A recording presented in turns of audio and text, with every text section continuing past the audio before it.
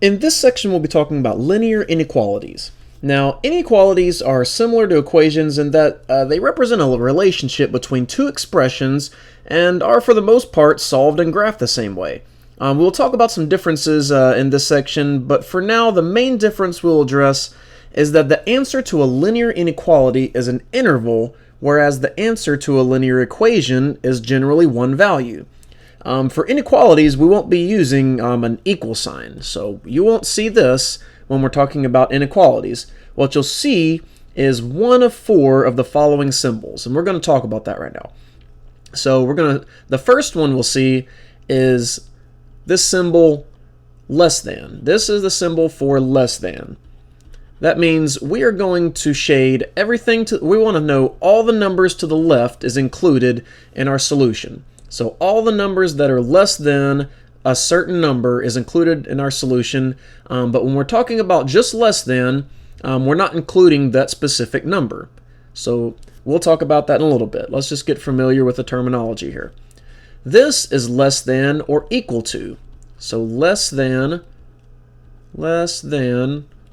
or equal to. Now what this means is if our solution is less than or equal to a certain number, then that means the solution to our inequality includes that number and all the numbers that are less in value than that number. Okay, so pretty straightforward. The next symbol, this one is not a 7, it's actually the opposite of a less than, it's a greater than. Greater than, if we have a solution that is greater than some number, then our solution interval contains all the points, all the values that are greater than that particular number, but not including that number. The only time we do include that number is when we see a greater than or equal to sign. That's what this is. Our greater than or equal to sign, when we have a solution interval that's greater than or equal to a number, our solution contains every number greater than that number, including that number. Okay, so let's look at a few examples of this. Let's say we want to graph the inequality on a number line, and the inequality here is x is greater than 3. Okay, it's read x is greater than 3, and it represents all real numbers that are greater than 3. The number 3 isn't included in the solution, so on the graph, we actually place what's called an open circle at the point 3. So let's draw our number line. This is our number line, and we've seen this before. We saw this in actually the very beginning of this course when we were dealing with integers and opposites and such. Okay, so we have some numbers here, some numbers on this side. They keep going forever in infinity. These numbers go into positive infinity. These numbers go all the way into negative infinity. Okay, so if we're talking about the solution being the interval of x is greater than 3, we're talking about all the numbers to the right of 3 and not including 3. So what we're going to do is we're going to shade everything to the right on the number line, and we're going to put an open circle at 3. This means we don't include 3 in our solution, but everything to the right of 3. Okay, so fairly straightforward. Let's look at some more of these. We're simply graphing linear inequalities on a simple number line. So let's see, we have x is less than or equal to 5. This represents all the real numbers that are less than or equal to in value to the number 5. So let's see what this looks like on a number line. Let's see, we have, let's go ahead and put 3, 4, 5, 6, over here is 2, 1, 0, -1, and so on and so forth. 0 doesn't always have to be in the middle of the number line. In fact, quite often it's not. As long as our numbers are in order from least to greatest, from left to right, this number line will work just as well as any. So all of our positive numbers are on the right side, all of our negative are on the left. They keep going into negative infinity over here and positive infinity over here. The solution interval that we're looking for here is x is less than or equal to 5. So we're going to shade everything to the left of 5 because we want to include all the values that are less than the value of 5. So we're going to shade all of this, and since we're including 5 because it's less than or equal to, we're going to put a closed circle at 5. That means we're going to include 5 in our interval. All right, let's look at a few more. Let's look at x is less than -2. So this is read x is less than -2. That means we don't include -2 in our interval. So if we put -2 right in the middle, 1, and this keeps going into positive infinity, -3, -4, -5, just to list a few. That keeps going to negative infinity.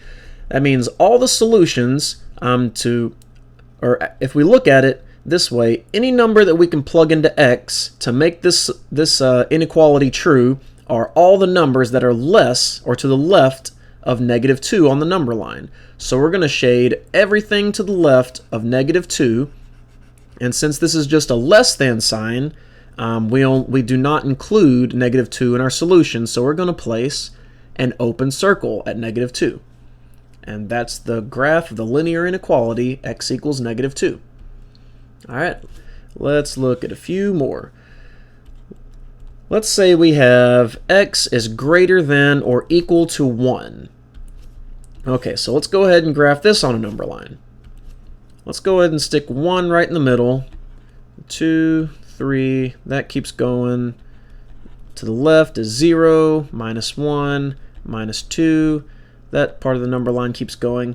So we want to include 1 in our solution and shade everything to the right, because every number that we plug in for x to make this inequality true needs to be greater than or equal to 1. So we're going to include all the numbers that are greater than the number 1, or are greater in value than number 1, and we're going to include the number 1 by placing a closed circle, or a big old dot, if you will.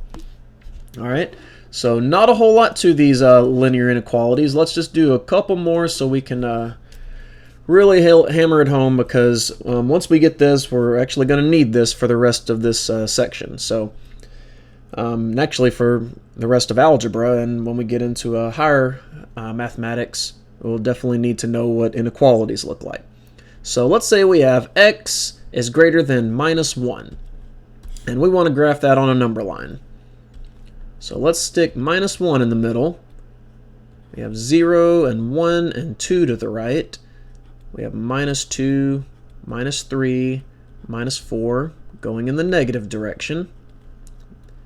And we want to include all of our solution points, the values that satisfy this inequality that are greater than -1.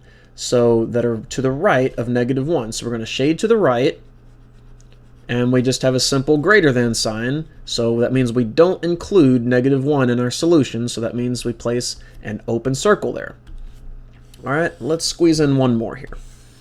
Let's say we have x is less than 0. All right, so here we're dealing with the 0. So let's go ahead and stick that in the middle. We have 1, 2, 3. That keeps going in the positive direction. -1, -2, -3. We don't have to write a whole lot, and that keeps going in the negative direction. Now what we're going to do here is x is less than 0 is going to represent the set of all negative real numbers, all the numbers that are less in value than 0. So we're going to shade everything to the left of 0. And since it can equal 0, but in this case it doesn't. It's just less than. There's nothing special about 0. It's just another integer. It's neither positive nor negative, but it's just an integer like everything else. All right, so we're going to put an open circle here because we don't include 0 in our solution interval. Okay, so we're getting used to the terminology of less than or equal to, greater than or equal to. We really need to get a handle on this because this is actually the building blocks of what we're going to be looking at throughout this section and more throughout this course. So I'll see you soon.